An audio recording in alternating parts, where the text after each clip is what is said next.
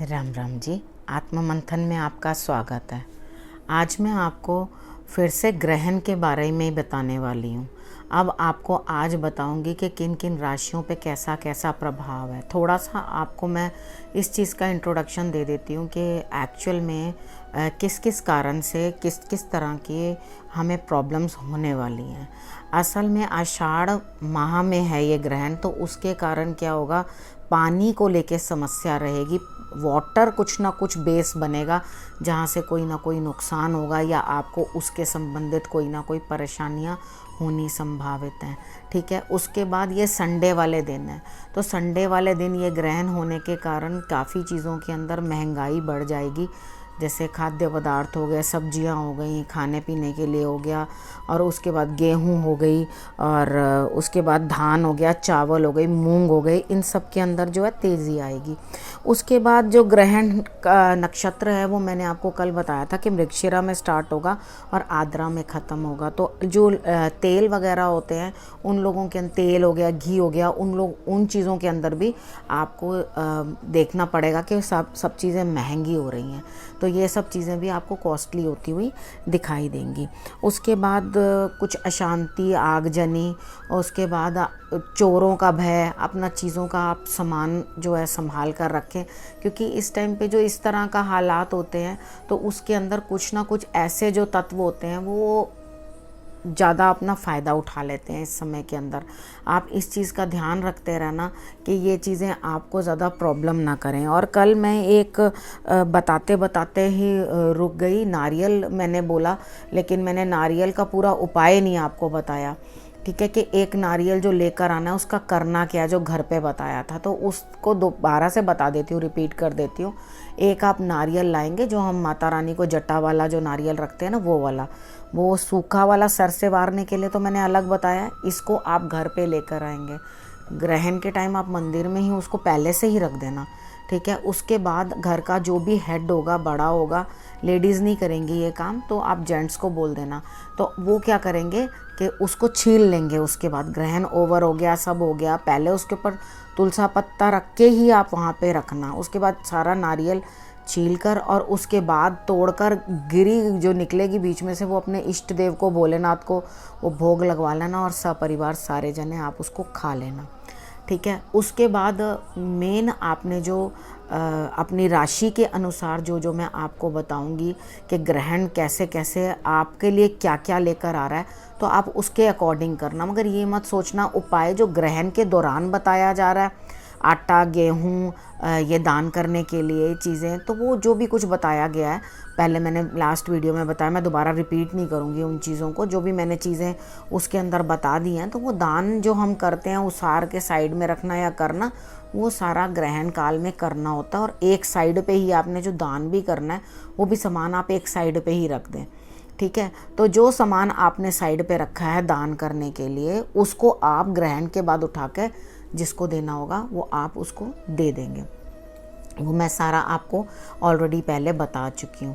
लेकिन ग्रहण काल के अंदर आप लोग कुछ खाना पीना नहीं, वो भी मैंने आपको बार बार बता रही हूँ, रिमाइंडर दे रही हूँ। और हाँ, ये सूर्य और चंद्रमा जो दोनों एक साथ कलेक्टिवली होते हैं, हमारी एक आंख सूर्य के लिए होती है, एक आंख चंद्रमा को के लिए मानी जाती है।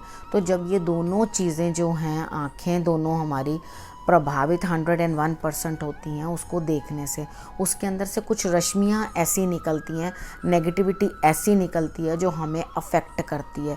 वो हमें अफेक्ट ना करे उसके लिए आप जो है मंत्र जाप उच्चारण, उसके लिए मैं आपको अलग से एक वीडियो दे दूँगी, जिसमें ग्रह कलेश या आपके बिजनेस के लिए जो जो चीज़ आपको, यंत्र आपको अच्छे लगते हैं, मंत्र अच्छे लगते हैं, 2-2 3-3, वो आपको सबको बता दूँगी, वो आप कर लेना। लेकिन आप अपने इष्ट देव की आराधना, कुल देवी की आराधना करना बिल्कुल ना भूलना। ग्रहण के टाइम के अंदर जो आप करेंगे वो सिर्फ वही मंत्र करना जिसको आपने सिद्ध करना, और सिद्ध करने से क्या हो जाएगा, आपको वो बाय हार्ट हो जाता है, उसको कहते हैं ना लर्निंग कर लेना। तो वो एप्रोप्रिएट टाइम है उस चीज़ के लिए, आप उस टाइम पे उस चीज़ को बिल्कुल सिद्ध कर लो। सिद्ध करने के बाद उसे आप जब यूज़ करोगे, 21 बार करोगे, 11 बार करोगे, तो वो चीज़ आपके लिए फ्रूटफुल होगी, वो आपको फ़ायदा देगी। ठीक है।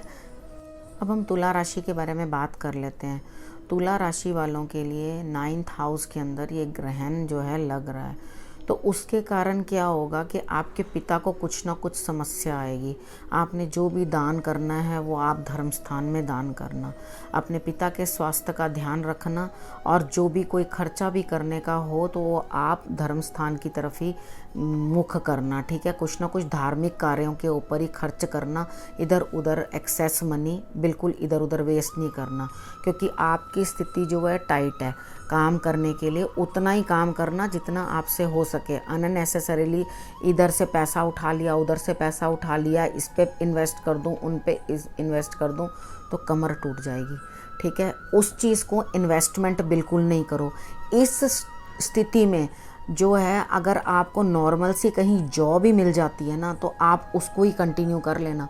जो अपना बिज़नेस करना या अपने सपने हैं जो आपने पूरे करने हैं, या कोई भी नया कार्य शुरू करना चाहते हो या उस पर पैसा इन्वेस्ट करना चाहते हो, तो अभी रुक जाना, ठीक है। अभी बिल्कुल भी खर्च मत करना, क्योंकि आपके लिए अभी ये समय इन्वेस्टमेंट के पर्पस से सही नहीं है, ठीक है। आपके मान सम्मान के ऊपर भी ठेस पहुंच सकती है। तो लोगों के साथ ज़रा कम बात करें और लो प्रोफाइल रहें, क्योंकि लोग आपके ऊपर बेकार की तोहमत लगानी शुरू कर देंगे। जो चीज़ आपने करी भी नहीं होगी वो चीज़ भी आपके पल्ले डाल दी जाएगी। तो बेहतर है कि आप थोड़ा लो प्रोफाइल रहो जितना हो सके इस समय में। ऐसा कभी होता भी है कि हम लोग उतना नहीं कर पाते, ये ज़रूरी नहीं है। हमने सारा जीवन बहुत अच्छे से सब कुछ किया है। अगर हम इस समय में कुछ अच्छा नहीं भी कर पा रहे, या मैं आपको चेता रही हूँ अभी टाइम सही नहीं है, तो आप उस चीज़ को रोक लो, रुक जाओ। एक्चुअली क्या है, इस समय पर ना तो धरती पे कुछ भी अच्छा हो रहा है ना आकाश में, यानी कि अर्थ भी और उसके बाद ये जितने प्लैनेट्स हैं सभी मिलकर उथल पुथल कर रहे हैं।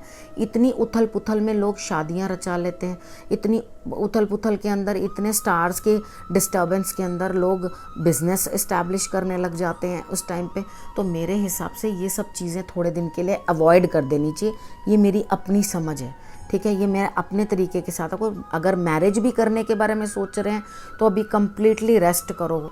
जो लोग मतलब शादी विवाह के बारे में सोच रहे हैं वो अभी इस पीरियड के अंदर जब बहुत उथल पुथल है, विवाह के लिए भी बिल्कुल आगे मत होना। उपाय के तौर पे मैंने आपको बता दिया। बाकी आपने जो भी कुछ देना धर्म स्थान में देना।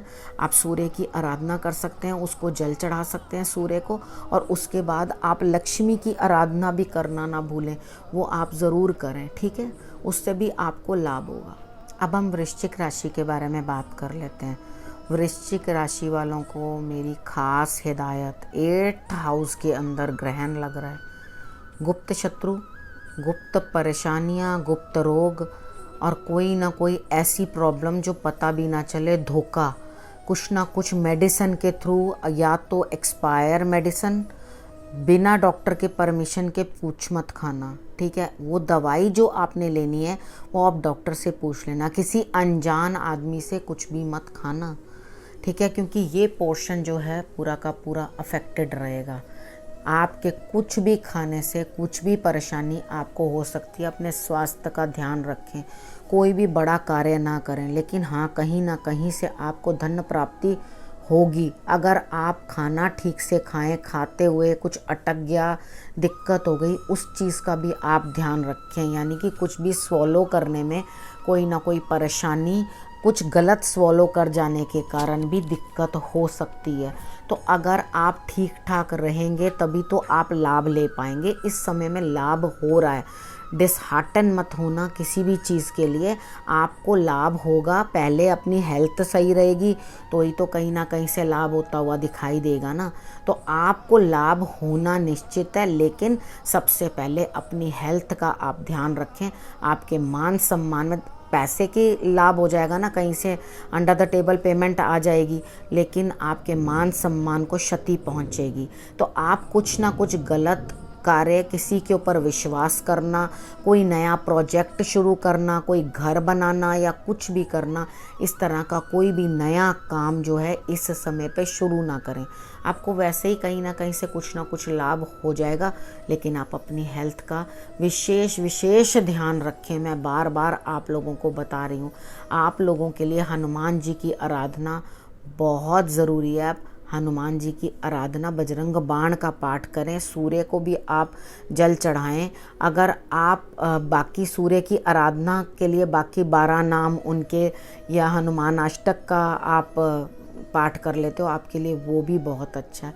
मैंने सबसे ज़्यादा टाइम शायद आप लोगों के लिए ही बोल दिया, क्योंकि मुझे ऐसा लगता है कि आप लोग ही ज़्यादा परेशानी में आने वाले हो। तो आई होप कि आप बढ़िया चलो, आपको अपने लाभ की तरफ देखो, लाभ भी होता हुआ दिखाई दे रहा है ना। अपनी सारी नेगेटिव बातों को एक तरफ करके आप उसकी तरफ देखो, अगर आपसे हो सके, क्योंकि ये लोग ज़्यादातर जो होते हैं हनुमान जी के भक्त होते हैं, हनुमान जी की भक्ति ज़्यादा करते हैं, शंकर भगवान की तरफ ज़्यादा अट्रैक्ट होते हैं। अगर आप इतना भी कर सकें कि आप माँ काली की आराधना कर लें तो आपके लिए वो भी बहुत बेस्ट होगा। अब हम धनु राशि वालों के बारे में बात कर लेते हैं। धनु राशि वाले जो हैं उनके लिए एक हिदायत, आपके बिजनेस में प्रॉब्लम, आपके जीवन साथी के साथ, आपके पार्टनर के साथ ये 4-5 महीने आपके लिए कलह गृहस्थी के अंदर भी बनी ही रहेगी। आपकी अपनी सेहत पर भी, अपनी बॉडी के ऊपर भी इस चीज़ का अफेक्ट आएगा। आपकी अपनी हेल्थ भी डाउन होगी, आपके जीवन साथी को भी परेशानी होगी। तो ऐसा तो कभी नहीं हो सकता कि एक चीज़ को परेशानी हो और दूसरी का ना हो। अपने पिता का भी आपको बहुत विशेष ध्यान रखना है, ठीक है। आपको सूर्य की आराधना ज़रूर करनी है, और आपने जो सूर्य की आराधना करनी है वो सुबह भी करनी है और उसके बाद आपने शाम को भी करनी है। संडे वाले दिन आप थोड़ा सा गुड़ ज़रूर ज़मीन के अंदर दबा देना। इतना सा गुड़ ले लेना, अपने सिर से एंटी क्लॉकवाइज 7 टाइम्स उसार के उसे ज़रूर दबा देना, ताकि आप कोई नया आइडिया अपने बिजनेस में ना लगाएं, ठीक है। और उसके बाद आपने कुछ भी ऐसा नहीं करना जिसके कारण लड़ाई बढ़े या आपने चुप रहना है। अगर आपकी गृहस्थी के अंदर कलह है, कलेश है, कोई समस्या हो रही है, क्योंकि ये 4-5 महीने तो लगातार ऐसा ही रहने वाला है, तो आपने बिल्कुल एक चुप धार लेनी है, एक चुप और 100 सुख। आपने कुछ भी नहीं बोलना, क्योंकि तभी ये जो कलह है वो समाप्त होगी, नहीं तो ये चीज़ बढ़ती ही चली जाएगी और आपको बहुत समस्या देगी।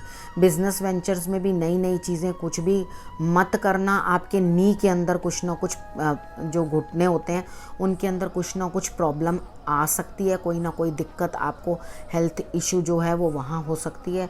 इस चीज़ का भी आप बहुत अच्छे से ध्यान रखना। अपने पिताजी का भी ध्यान आपको ज़रूर रखना है। अब हम मकर राशि वालों के बारे में बात कर लेते हैं। मकर राशि वालों के लिए जो ग्रहण है वो 6th हाउस में लग रहा है, तो आपके लिए बहुत कष्ट चल रहा था, बहुत परेशानी, आप रोग में थे, आप बीमार थे, परेशान थे, रोग नष्ट, शत्रु नष्ट, आपकी सेहत अच्छी हो जाएगी।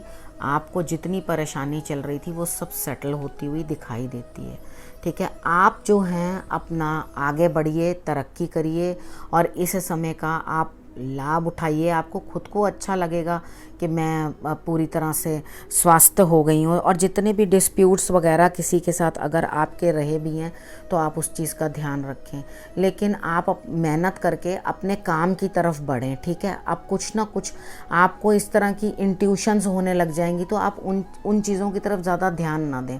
तो आप ये चीज़ का ध्यान दें कि मेरे को क्या करना है, क्या मेरे लिए बेटर है, क्या नहीं है, और आप अपने काम की तरफ ध्यान दें। क्योंकि जिस रोग के कारण आप परेशानी झेल रहे थे या दिक्कत हो रही थी वो तो जाता हुआ दिखाई देता है। तो आपके लिए भी ग्रहण कुछ फ़ायदा ही लगता है लेकर आया है। ऐसा तो नहीं है कि आपको कोई ना कोई दिक्कत दे, लेकिन आपके खर्च कुछ ज़्यादा बढ़ जाएंगे। अगर आपके खर्च इतने ज़्यादा बढ़ेंगे तो आप थोड़ा सा एक काम करो, जो नीडी हैं उनको कुछ ना कुछ दे देना। आपके खर्चे बहुत अधिक आते हुए दिखाई दे रहे हैं, लेकिन सारे ऋण वगैरह सब उतर जाएंगे अपने आप। आपको उतना काम आ जाएगा जिसके कारण आप अपने सभी डेब्ट्स जो हैं वो सब के सब चुकता कर सको। तो आपके लिए तो फ़ायदा ही हो रहा है। आपके पालनहार इस समय में सिर्फ हनुमान जी हैं। हनुमान जी की लड़ पकड़ लो और पार उतर जाओगे। और उसके बाद अब आदित्य हृदय स्त्रोत का पाठ भी कर लेना, वो आपके लिए बहुत बेस्ट है। अब हम कुंभ राशि वालों के बारे में बात कर लेते हैं। कुंभ के लिए ये ग्रहण जो है 5th हाउस में लग रहा है। आपका पढ़ाई में बिल्कुल मन लगने वाला नहीं है। अपने संतान का बिल्कुल आप ध्यान ही नहीं रख पाओगे, क्योंकि आपकी अपने संतान के साथ तालमेल बनेगा ही नहीं। अगर संतान कुछ उत्पन्न होने वाली है तो उधर भी दिक्कत बन रही है। ठीक है, आपने बहुत चीज़ों का ध्यान रखना है। अगर आपके किसी के साथ कोई रिलेशन है तो उधर भी समस्या होनी संभावित है। पार्टनरशिप के अंदर कहीं कोई काम हो रहा है तो वहाँ पे भी दिक्कत। अगर आप अपने हस्बैंड के साथ रिलेशन है, उधर भी परेशानी। इधर संतान के ऊपर ज़बरदस्ती का आपका क्रोध बढ़ रहा है तो आप ज़बरदस्ती का रौब जमाने की कोशिश करोगे संतान पर भी और अपने जीवन साथी के ऊपर भी। और अगर आप ऐसा करोगे तो आपका लाभ प्रभावित हो जाएगा। इस टाइम पे अगर लाभ की कोई स्थिति बनती भी है, कुछ दिक्कत आ रही है उस चीज़ के अंदर, तो कहीं से आपके नेचर के कारण वहाँ पे भी अफेक्ट आ जाएगा। यानी कि लाभ भी होता स्टॉप सा होता हुआ दिखाई देता है। तो कहीं पे भी कुछ ना कुछ अगर आप काम करने की सोच रहे हैं या आप सोच रहे हैं हम नया कोई प्रोजेक्ट शुरू करें, तो अभी वेट, क्योंकि आप अपनी दूसरी बात, आपने संतान के ऊपर अपना रौब जमाने की कोशिश नहीं करनी है कि मैं उनको अपने हिसाब से चला लूँ, क्योंकि अब वो भी तो किसी न किसी ग्रह से प्रभावित हो रहे होंगे या परेशान हो रहे होंगे। वो आपके अंडर बिल्कुल नहीं आएंगे और आपकी बात बिल्कुल नहीं सुनेंगे। तो काइंडली एडजस्ट, ठीक है, इस समय में आप एडजस्ट करें, क्योंकि ये बच्चों पे भी तो उन चीज़ों का प्रभाव हो रहा है। उस चीज़ को अंडरस्टैंड करें और अपने बच्चे की सेहत का भी ध्यान रखें और उसको समस्या ना हो, इस चीज़ के ऊपर पूरा आप योगदान दें। और वो बहुत बड़ा योगदान होगा। आप अपना क्रोध ना दिखाएं, तो अपने क्रोध को शांत रखेंगे तो ये बहुत बड़ा योगदान हो जाएगा। आपको भी हनुमान जी की शरण में रहना है। आपने हनुमान जी की आराधना बहुत अच्छे से करनी है। ठीक है, अगर आप हनुमान जी की आराधना करोगे तो आपको कोई भी दिक्कत होने वाली नहीं है। अब हम मीन राशि वालों के बारे में बात कर लेते हैं। मीन राशि वालों के लिए ये ग्रहण 4th हाउस में पड़ रहा है। सबसे पहले आपकी माता की सेहत खराब हो जाएगी। वाहन कोई खरीद रहे हैं, ले रहे हैं, लेने की सोच रहे हैं, या आपके पास ऑलरेडी वाहन है उसमें प्रॉब्लम। ठीक है, कहीं प्रॉपर्टी वगैरह कुछ भी है उसके अंदर प्रॉब्लम, वो भी सब कुछ स्टक। ठीक है, अगर आप कुछ कहीं पे प्रॉपर्टी की कोई बात भी कर रहे हैं, सोच समझ के, आपके साथ धोखा हो सकता है, ध्यान रखना। साइन, सिग्नेचर, कुछ भी इस तरह की कोई चीज़ किसी को भी करके ना दें। अगर आपने इस तरह का कोई काम किया तो लेटर ऑन आप ही परेशानी में आ जाओगे। ये टाइम प्रॉपर्टी डिविजन्स का या उस चीज़ के ऊपर लड़ाई करने का नहीं है। ठीक है, ये टाइम है चुपचाप से संयमित होकर बैठने का। ठीक है, अगर आपको कहीं छोटा मोटा कुछ काम या कार्य मिल रहा है उसे आप कर लें। ज़्यादा इन्वेस्टमेंट किसी भी कार्य के अंदर नहीं करें। दूसरा, आपके घर के अंदर झगड़ा भी बन सकता है। आप पब्लिक में कहीं बात कर रहे हैं तो थोड़ा सोच समझ के बात करें। अगर आपने बात गलत तरीके से कर दी वहाँ पर, तो भी आपको अपमान या मानहानि का सामना करना पड़ सकता है। ठीक है, आप सबसे पहले एक ही चीज़ ध्यान रखें, अभी आप लो प्रोफाइल रहें। ठीक है, आप पैर से, मतलब आपका पैर पानी के ऊपर से भी फिसल सकता है। इस तरह की आपको कोई दिक्कत हो सकती है, सर में आपके चोट आ सकती है। आप बहुत ही ध्यान से चलें, अपना पैर संभल के चलें। ये परहेज़ आपने 4-5 महीने तक ज़रूर करने हैं। अगर आपने ये नहीं किया तो आपको दिक्कत आ सकती है। आप अपनी माता का सम्मान करें, ये आपके लिए बहुत बड़ा उपाय है। अगर आपने अपनी माता का सम्मान नहीं किया, उनका अपमान किया, तो आप परेशानी में आ जाएंगे। विष्णु जी की आराधना आपके लिए बहुत ज़रूरी है। ठीक है, और आप हल्दी और केसर का तिलक अपने माथे के ऊपर ज़रूर लगाएं। मैं आपको 2-3 टिप्स और दे देती हूँ। ग्रहण वाले दिन ही आप, आज सैटरडे है, सैटरडे को ही आप आज अपना नेगेटिव सामान, पुराने जूते चप्पल जो फट चुके हैं, उन्हें आप सब बाहर निकाल देना। और अगर ग्रहण के समय में ही उसे आप बाहर फेंक दो या निकाल दो तो नेगेटिविटी भी आपके घर से चली जाएगी। आप इतना करोगे तो आपको लगेगा कि ये हमने बहुत बेहतर किया। आपको खुद को फील होगा कि सारी नेगेटिविटी जो है घर से चली गई है। आप इतना काम कर लेना, वो भी बहुत होगा। मैंने आपको सबको आपके राशियों के अनुसार सारी इन्फॉर्मेशन दे दी है। उसके बाद आप डिस्क्रिप्शन बॉक्स में हर राशि को, राशि के नाम के आगे कौन सा पाठ करना है वो मैंने लिखा होगा, उसे आप देख लेना। ठीक है, और कौन कौन से जगहों पर ये ग्रहण जो है अपना अफेक्ट दिखाएगा वो भी आप देख लेना।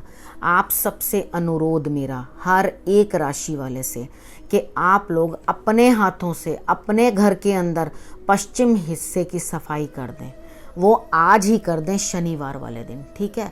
वहाँ की सफाई अपने हाथ से करें। सारे परिवार में इतनी इतनी चीज़ भी साफ़ करोगे, वहाँ कोई ना कोई फ्लॉ आपको ज़रूर दिखाई दे जाएगा। तो आप वहाँ से सफाई करके बहुत अच्छे से, कुछ भी नेगेटिविटी है कुछ है उसे हटा दें वहाँ से। और आपका जो ग्रहण है, मैं प्रार्थना करती हूँ ईश्वर से कि आप लोगों के लिए अच्छा करे, बुरा ना करे। जो भी कुछ नेगेटिविटी है, हमारे पास उपाय हैं ना, वो हमने किए हैं, हम उसके साथ उस चीज़ को दूर करेंगे। बाकी ईश्वर है, हमने खुद पे भी कंट्रोल करना है। जो जो मैंने कंट्रोल्स आप लोगों को बताए हैं वो आप कृपा करके करें, क्योंकि हर आदमी को कुछ ना कुछ तो परेशानी आएगी। अगर हम सब मिलके ये चीज़ करेंगे, शेयर करें, सबको बताएं कि आप ऐसा करें। मेरी वीडियो भी आप अगर शेयर कर देते हैं किसी को, तो किसी का आप बता ही रहे हैं उनको कि इस तरह से आप करो और इस तरह से ना करो, तो आप इनडायरेक्ट वे में या डायरेक्ट वे में आप हेल्प ही कर रहे हैं, ठीक है। तो उसके बाद क्या है, आपने इस चीज़ का बहुत अधिक ध्यान रखना है कि आप ग्रहण काल के बीच में मंत्र ज़रूर करोगे। एक मेरी वीडियो और आपको आज ही मिलेगी जिसके अंदर मैं आपको कुछ यंत्र और कुछ मंत्र बताऊंगी जिनको आप बना सकते हैं, बोल सकते हैं। अगर आपको इस वीडियो के अंदर कोई भी और मंत्र जानना है तो आप बता देना। जो भी मुझसे छूट जाता है, कुछ मैं कई बार होता है मैं कुछ बातें भूल जाती हूँ, छूट जाती हैं, तो मैं डिस्क्रिप्शन बॉक्स में आपको डाल के दे देती हूँ। आप एक बार उसको भी चेक कर लिया करो, उसमें भी लिखा होता है। इसी के साथ, इसी जानकारी के साथ वीडियो यहीं समाप्त करती हूँ। नमस्कार।